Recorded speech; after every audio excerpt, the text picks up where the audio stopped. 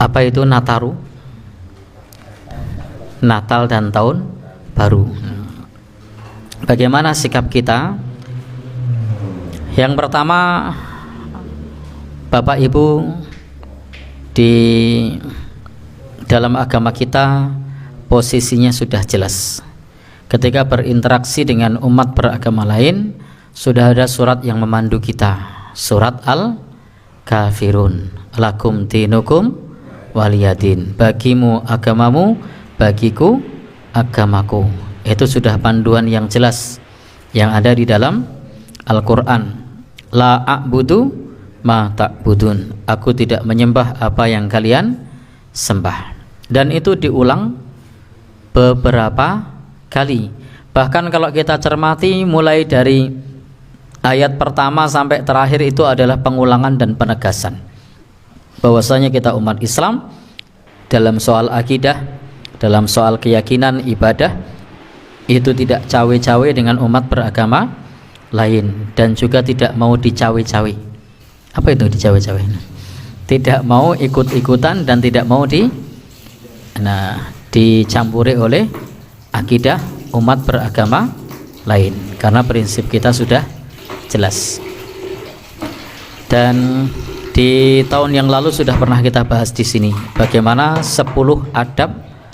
Waktu itu 10 apa 12 ya saya baca. Baik. Kepada umat yang berbeda agama. Tapi yang sering ditanyakan tuh bagaimana status mengucapkan selamat. Nah, sebenarnya ketika kita tidak mengucapkan selamat pun tidak apa-apa. Mereka juga tidak minta kita mengucapkan selamat.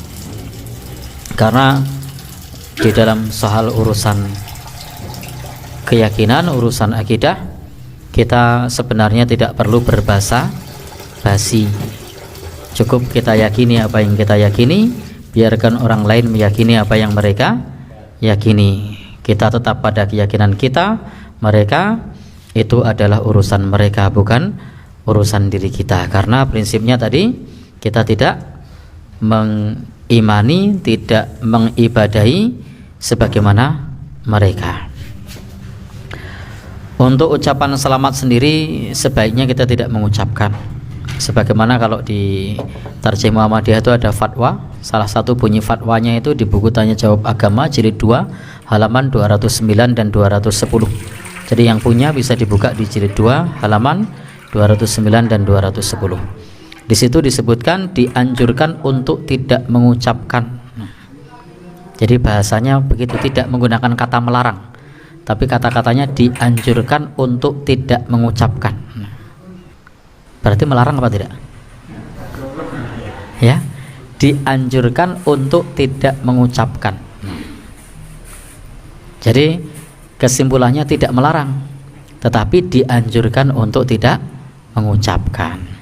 Seperti ketika di sini ada tulisan terima kasih Anda tidak merokok. Melarang apa tidak?